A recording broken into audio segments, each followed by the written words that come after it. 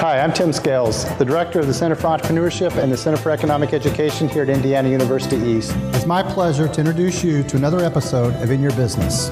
We talk to local entrepreneurs, we learn about their business, we learn about why they started their business, how they started their business, some of the opportunities their businesses has provided them and their community, as well as some of the hurdles they've gone through, some of the challenges.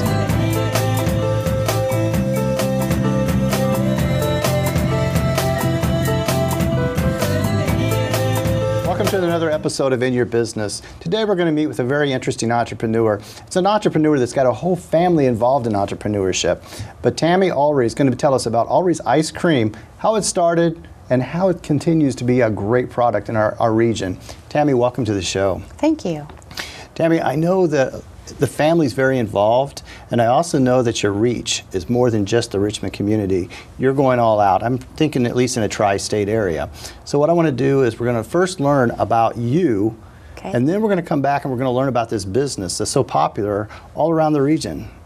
So let's start with you. Tell us a little bit about maybe where you grew up. I'm not sure if it was here or close to here, and then also about what your aspirations were, what you wanted to do when you grew up. Well, I grew up in Union, Ohio, the Englewood area, and I'm the oldest of four and the only daughter. Okay. And growing up, I enjoyed doing various types of teaching with my mom and with other places. And then I married early, married at 19. And pretty much my aspirations at that time, I didn't see this business at all in the future, but at that time my aspirations were to be a wife and mother.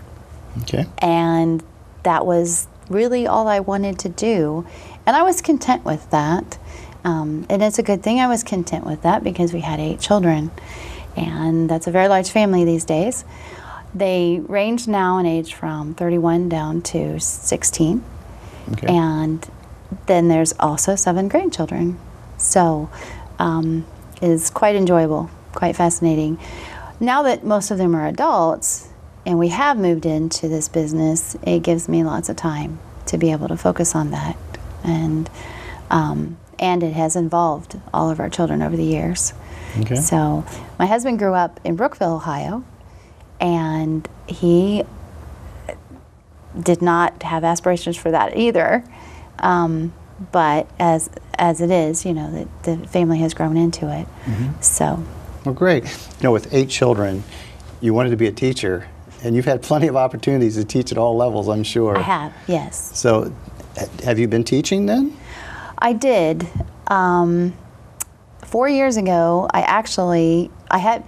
we taught several children at home. All the children were taught at home up into different ages. Mm-hmm. And then we used the public school to finish their education. And that went very well for all of them. They've all done very well. So I've had teaching experience that way. I've had teaching experience at daycares and various other places.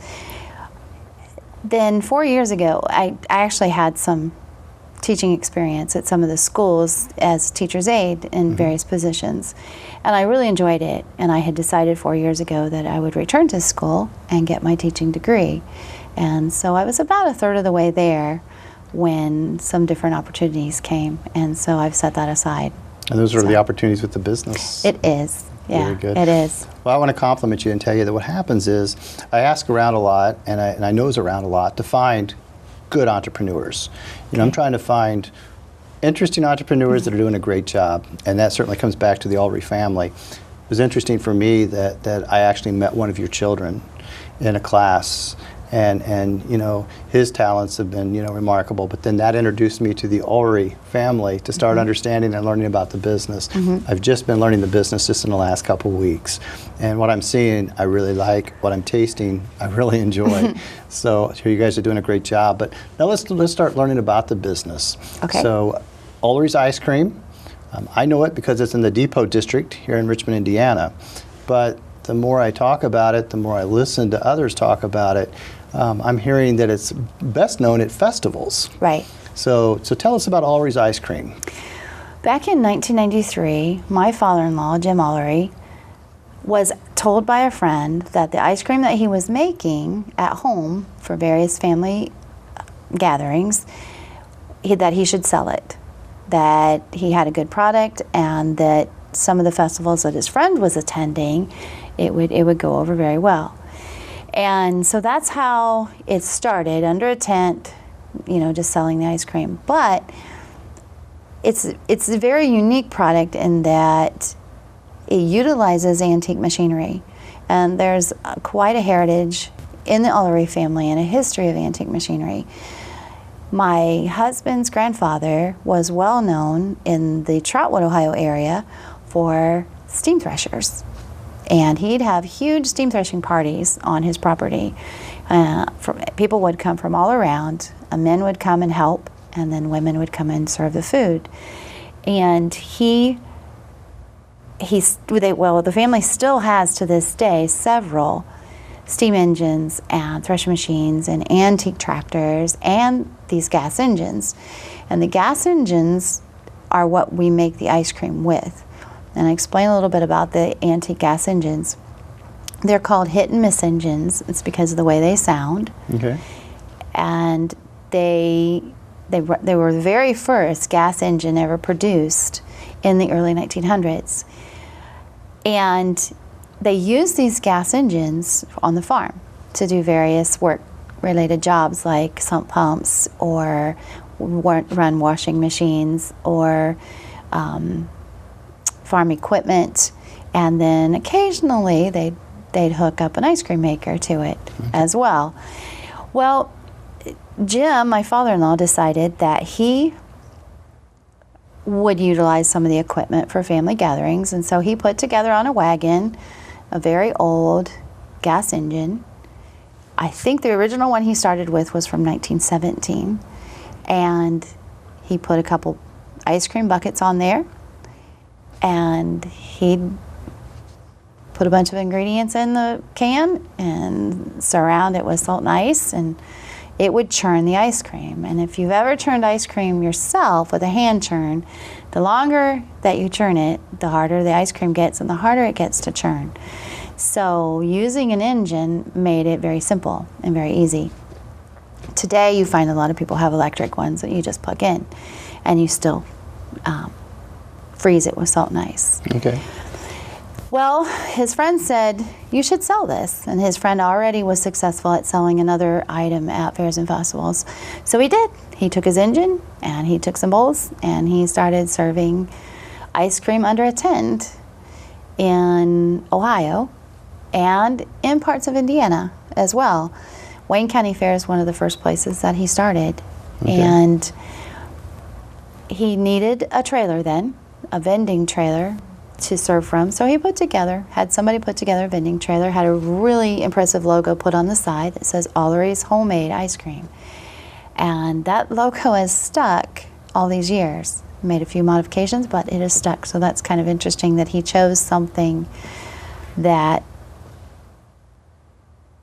was well done. Mm-hmm. And in the things that I've learned about marketing and branding, he chose well. And his wife, Pat, helped him, and some other family members helped him. And they got to selling more and more, and they started doing chocolate, vanilla, and strawberry. 3 flavors. Then he found that he could make cones, waffle cones.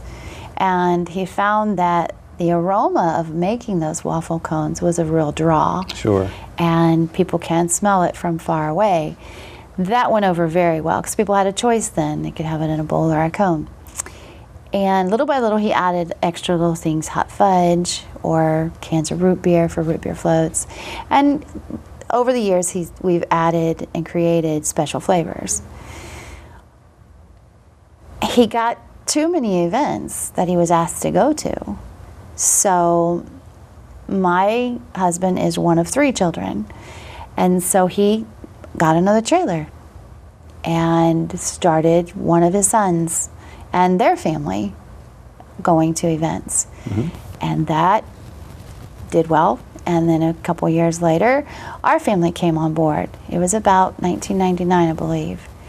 And I think our first summer we did maybe 5 events. So there's 3 trailers. And it wasn't long after he added a fourth trailer, and his third child then, and her family also came on board and added events to their family schedule. Now, because of where we live in Ohio and Indiana, we can only use those trailers May to October, sometimes April, because of the weather. Sure. And so it's a seasonal thing, and it's been a seasonal thing up until last summer. And every trailer came with a wagon and an antique engine and 2 5-gallon ice cream buckets.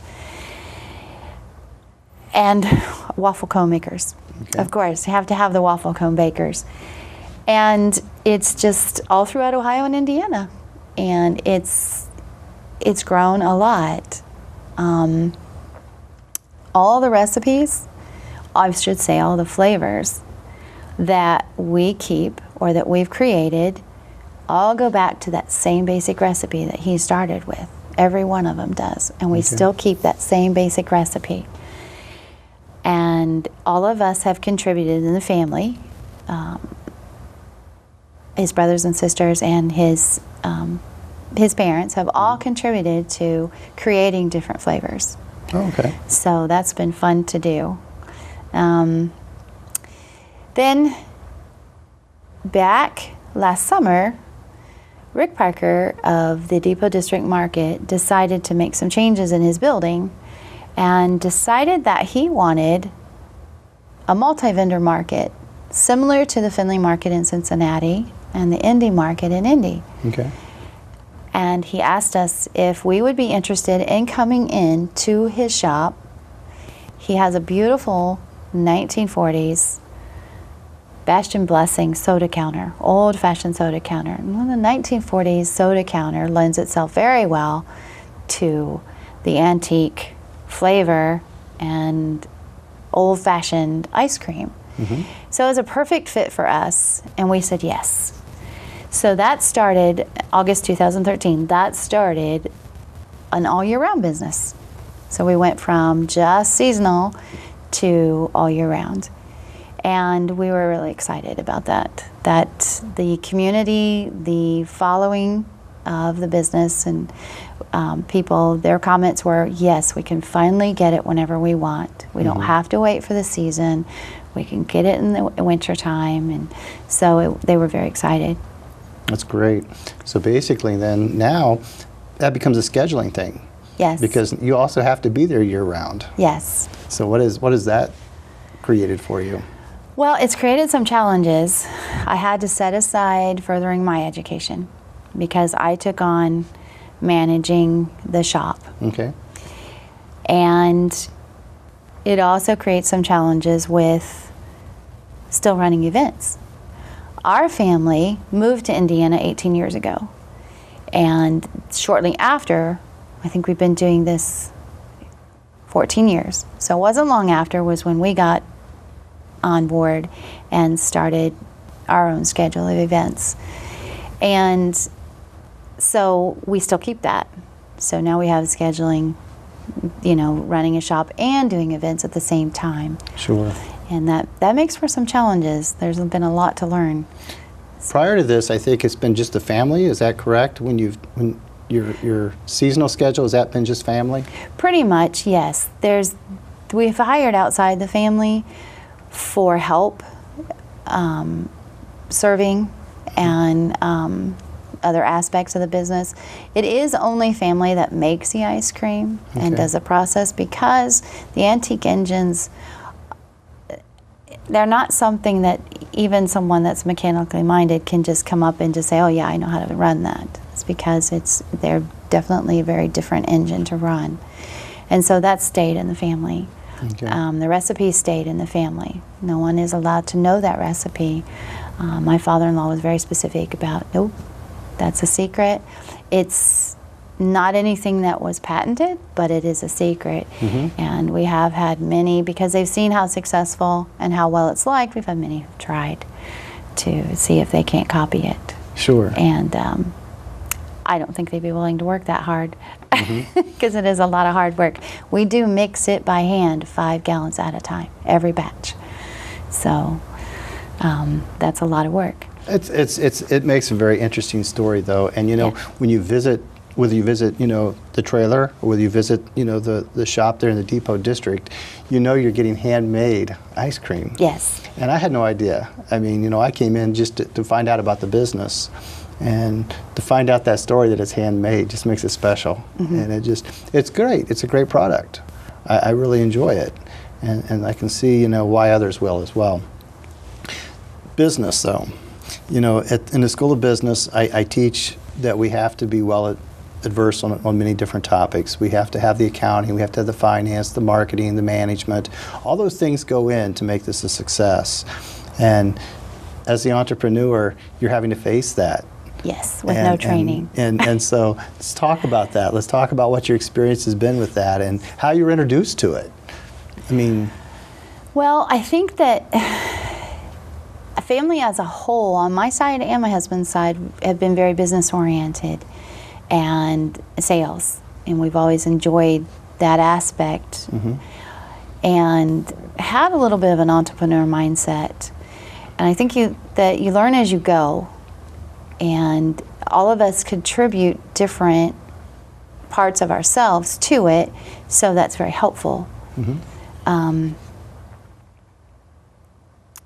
The challenges in that is certainly finance. It's not easy to run a business these days. There's all kinds of expenses. On the outside, it looks very successful. But when you get down to the numbers, it's really a challenge, a huge challenge. There's lots of expenses. The equipment is not cheap. Sure. And there's a lot of things that can make that difficult at times. The equipment breakdowns and different things that you have to face. The thing that I think, if I had it to do over, is I would want to take lots of business classes, and I would want to have more accounting knowledge. Even though I don't really enjoy accounting, I think that would be a big benefit rather than learning it on the run. And those are hard challenges. Those are hard challenges. Well, and I think you're correct because, even when we're teaching those classes, I mean, some students will do really well in Excel, say in marketing, maybe not do so well in accounting, or they do really well in accounting and not so well in marketing. They'll find things that are attracted to them that they really do well in. What I always want to make sure the student understands is that you want to get a good foundation. You want to understand each of those. If you're not going to be the expert in accounting, that's okay. Right. At least know enough about it to be able to interact with an accountant. So somebody who is going to take care of that for you, to know that they're doing a great job for you. Right. And that they're going in the direction that you want to go. And it's all of those things. A good, solid business runs on all of those elements. And so you have to know how to plan and when to plan and what to do with that, even down to the management and understanding what the hours are. What are the hours of operation for you? For me personally? Well, for the store. For the store, right now, we are closed on Sundays and Mondays. And some of the events are on the weekends and they go through Sunday, so that helps us have some time to focus more on that or to have some free time. And Tuesday, Wednesdays, and Thursdays, we are open for the summertime hours, 11 to 7. Fridays and Saturdays, 11 to 10 p.m. because lots of people want ice cream later at night after their dinner. So that's the current hours that we have right now. Now, festivals, it varies depending on the festival that we're at. So managing that must be interesting at times, making sure you have people in each location as well as people making the ice cream. Yes. So when do you make the ice cream? Usually we make it on site at the events, and then we plan ahead, and where we've got our trailers set when we're not at events is where we will also make ice cream for future events or for the store. Okay. So, and then during the winter time, the ice cream that we needed for the store, we were able to utilize the kitchen that was there in the Parker building at the Depot District Market. Okay. And we were able to use an electric engine because you can't bring a gas engine inside. Sure. So, but we still did 5 gallons at a time, still hand mixed, and still same ingredients, and still use salt and ice to freeze it. Sure. So even though we were inside. Okay. So. Well, you know, you're I want to say a good ways, but not necessarily away from what your original goals were. Yes. And you know, I mean, being an entrepreneur is a lot different than you know, parenting. But at the same time, maybe not. I mean, you know, same detail. In some ways it is different, in some ways it's not. We hire teenagers a lot of times, so we have over the years. We have, all of our children have been brought up in the business, and our oldest 2 daughters actually helped Jim and Pat when they first started. So they would go with them occasionally to different events and help them. And they were early high school, maybe late junior high. Okay. And so there's a lot of teaching that goes on. And we've had quite a few teenagers that we were their first job. So teaching them work ethic and work responsibilities, there's still a lot of teaching there. So, and I enjoy when families come in and young ones come in. Enjoy interacting with them. I know just a few conversations that we've had when I've come to the store. I can tell you're passionate about the family and the family business. Okay, it's not just ice cream. It's the process. It's what you're doing. Because I think before we even discussed flavors, you were telling me the process. You were telling me about the salt. You were telling me about the ice. You were telling me the process. And so there's a lot of passion about that. Even your son in my class, when I realized there was ice cream, I said, "You've been holding back on me. You have your family." He smiled. And we still never really talked about ice cream. And that smile was saying to me, the family business. And so I think it's admirable that the family is so connected with the business, that your husband has 2 siblings, and each of you have taken part of that business. And you don't even necessarily call it the business, but you call it your area. Yes. Or you know, your territory. Yes. And it's always just one business. It's always ice cream. I think, 4 years ago, Jim Ullery passed. And so as a family, that was tragic. And we all got together, and it was before, I believe it was in March, before that season started, we were all getting ready to start our season, preparing things. And we all came together and said, okay, what do we do? You know, he started this business, what do we do? And we sat down as a family, we said, we're going to go on. We're going to go on. And we did. And we took the events that he was doing at the time, Jim and Pat, and we shared them amongst ourselves. And we ended up with all of the Indiana events, Rod and I, and our family. Rhonda and Joe ended up with quite a few events in Ohio, and then Robbie and Lori ended up with quite a few events. So those are his siblings and their families. And then his mother, Pat, decided that since, you know, they didn't have their own trailer now, then she would help the family in various ways. And so she does. She comes alongside, and she's a big part, and she's also a good source of answers for questions that we might have as we're learning and growing too. So always utilize parents and grandparents for help. Excellent. In the business when you can. So it's going, and it's going strong. See, I think that's great. Now I'm going to put you on the spot, and I guess I should have asked you before to think about it, but what has been probably your fondest memory of the business so far? Fondest memory. I'm really excited to see it grow. I'm excited to see that the family heritage has been kept with the antique engines, and that we're still utilizing those to make something unique but not so unique. Unique as far as what we're offering to the public on a regular basis.